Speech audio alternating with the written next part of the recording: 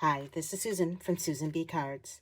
Today I'm going to show you how I made this card using an acetate card by Simon Says Stamp. And for this one I used an embossing folder called Chelsea Floral. I'll link that below. That's also by Simon Says Stamp. I used gold paint and painted the back side of the card after I embossed it. And then ink blended a regular card. And you can attach this by either, using a gold cord, maybe some kind of twine, and just tying it on the way that a little brochure would be. Or you could just take tape runner or some other kind of adhesive, red line tape, whatever, and put it on the back of this card and then attach it. The only thing is you'd be able to see the tape in the back, and also I did get a little bit of ink here on the back that I'd probably want to hide. So what I'm going to do is attach it with a tape runner and then take another card and glue it onto the back, and that way you won't be able to see the adhesive on either side. So to get started with, I want to show you the Simon Says Stamp Acetate Cards. These come in a 6-pack, and they're pre-scored and folded in the pack. And they're a heavyweight acetate, I'll just show you. And they're heat resistant. So if you wanted to heat emboss this, you could. Another way you could use this is you could stamp it and use something like Stays-On ink, which is permanent on plastic. Or you can just, put some kind of stamped image on the inside and maybe die cuts on the outside, whatever you want to do. But I think it just adds something really special to have this shine that you get from the acetate. And it's something different you don't see every day. This is the kind of card that I think somebody would be really impressed with, because it's so different from something you'd find in the store. So I want to show you,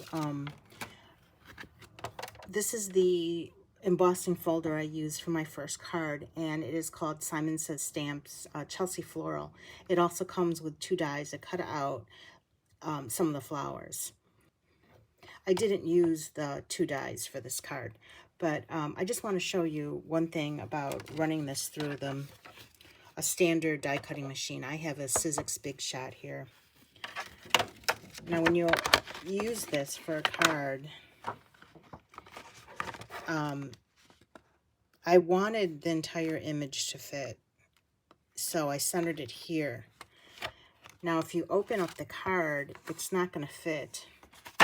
It's too wide, because of this, the back of the card. Now you could put it in this way by folding the acetate card around the embossing folder, but then you end up with about 1/4 inch on the left where there's no embossing, and cutting off part of it on the right. So this won't fit this way. It'll only fit the way that it was intended, which was vertically. So it's just too big. So to do this, I had to use a much wider machine, and my machine is the electric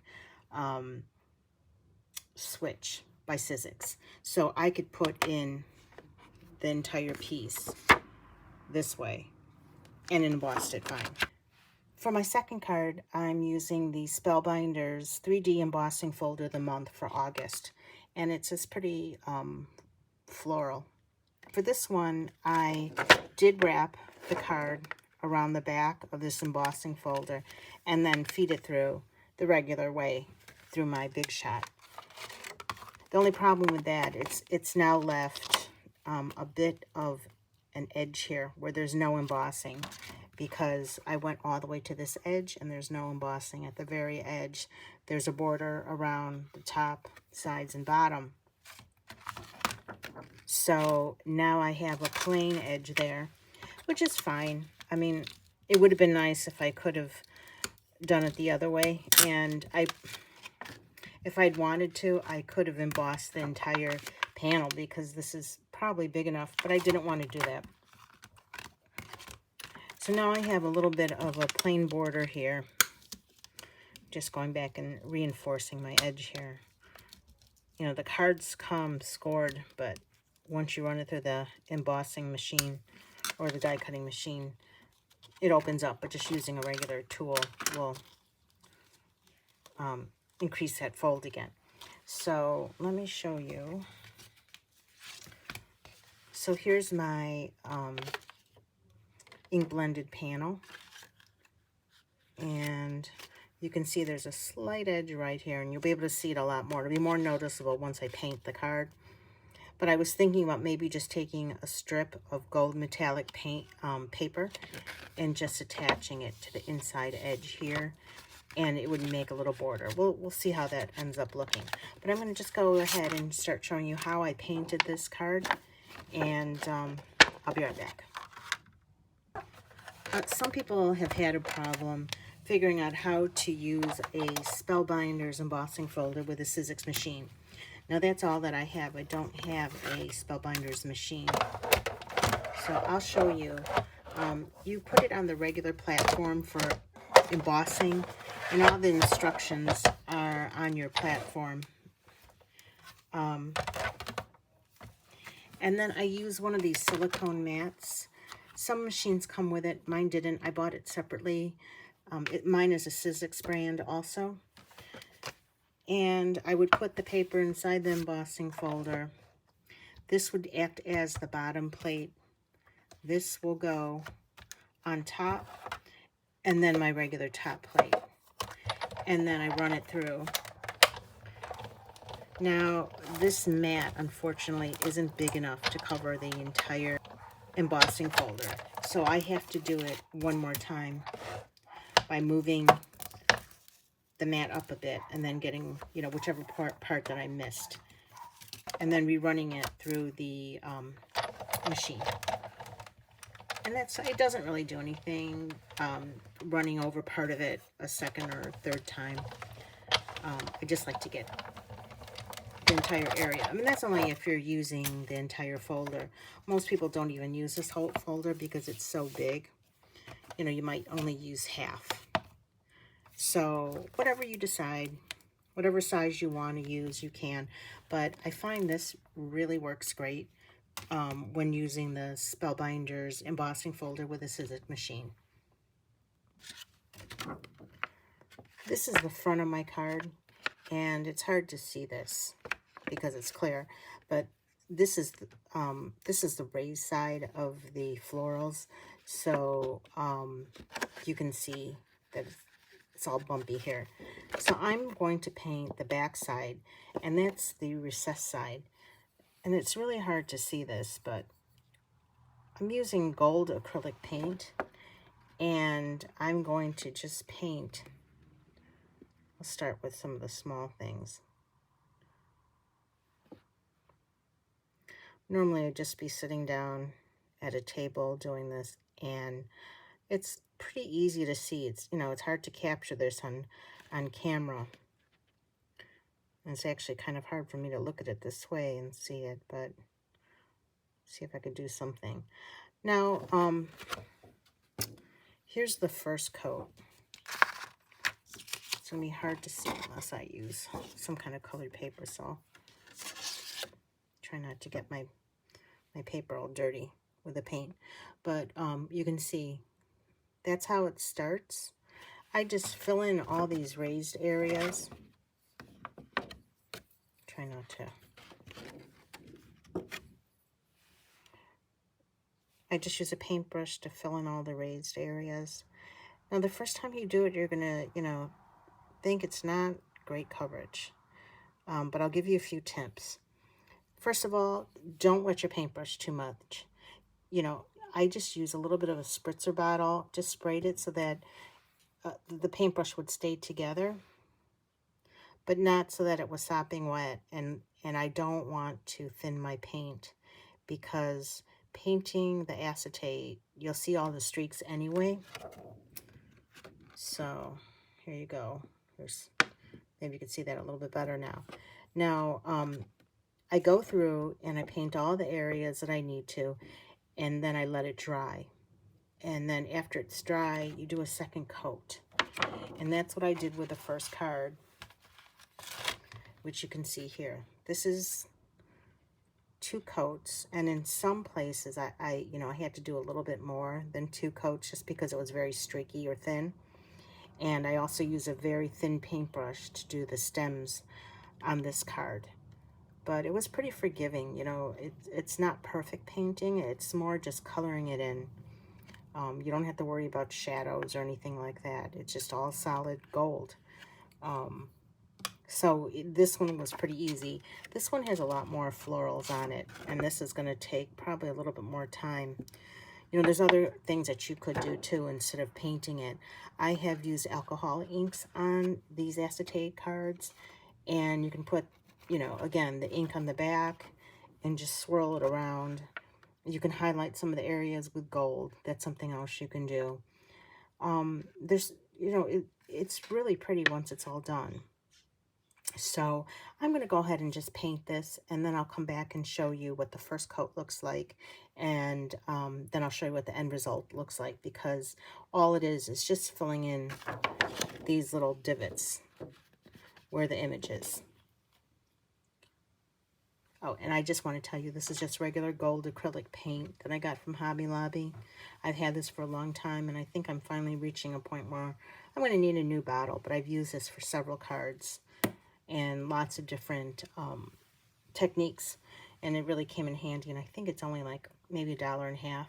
So it's really a great deal, but you can use any kind of acrylic paint, and it'll stick. So I'll be back. Here's the first coat. I haven't done any of the stems because they're so thin, but I wanted to at least get the first coat down. Kind of see a little bit better if I go like this. You can see there's still a lot of areas where the paint is uneven. I'm going to have to go back and probably do this 2 more times over the same areas just to get rid of the streaks. This area here, this one flower, I did twice, and it's still very streaky. So let me go ahead and do that, and I'll come back and show you after I put the next 2 coats on. I finished painting the acetate. You can see how it looks now. This is probably, I think it took about 4 coats. So those are the 2 cards that I have. And then I have 2 backgrounds. This one that has picked raspberry, wilted violet, and this is kind of a combination of denim and peacock feathers. So that's going to be like this. I think that's kind of pretty. And then this one is just some combinations of blue. I will put that all in the description and on my blog at Susan B. Cards, in case you want to see the actual colors that I used. But here, this would be just as pretty with solid blue. You could even use a piece of blue cardstock. I did have this one piece of paper, which is really pretty. It's from Your Paper Insider, and you can buy a pack of 10 of this. And I've used this quite a few times. You can see how pretty this looks. I think this looks really nice with the greens. And this would be easy. All you have to do is cut this down and mount it on a plain card. So there's lots of different things that you can do with this. You know, it doesn't have to be ink blended. I just like the variation of color. Now here you can see where that gap is between the edge of the embossing folder and the acetate. So I cut a strip of gold metallic cardstock, and I'm just going to attach that.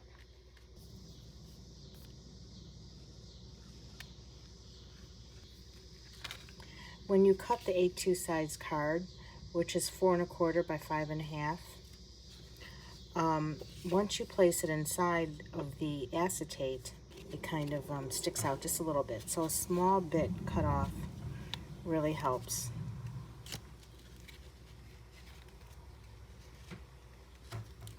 So I'm going to trim that out just a little bit.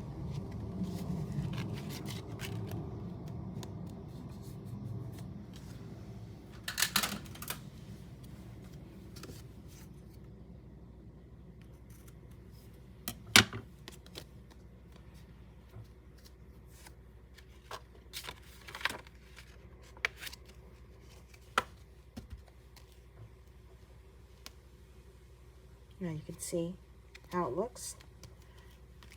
And those are my 2 cards. If you want, you can glue a sentiment on the front, or you could just leave it the way it is, up to you.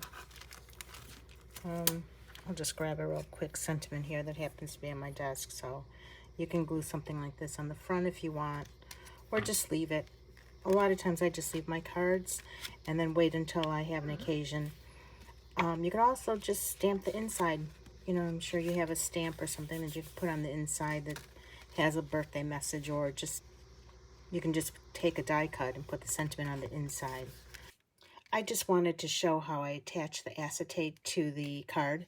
I put tape runner on the inside of the card and then put the acetate over it, and that's stuck there. But you can see the tape, so what I do is I cut another piece of cardstock just slightly smaller than the back, and I attached it, and now you can't see the tape runner. And then of course you can't see it from the other side because it's the card. So that's a good way to attach your card and hide the tape runner. Or you can just, like I said before, put a piece of cord in there and tie it on the outside. But I kind of like the tape and then just covering the back, and that way I can still put my stamp on the back here. So those are my 2 cards. Thank you for watching, and if you like this video, please be sure to like, comment, subscribe, and you can see all the information on my blog at susanbcards.blogspot.com, and also in the description below this video. Thanks so much for watching. Until next time.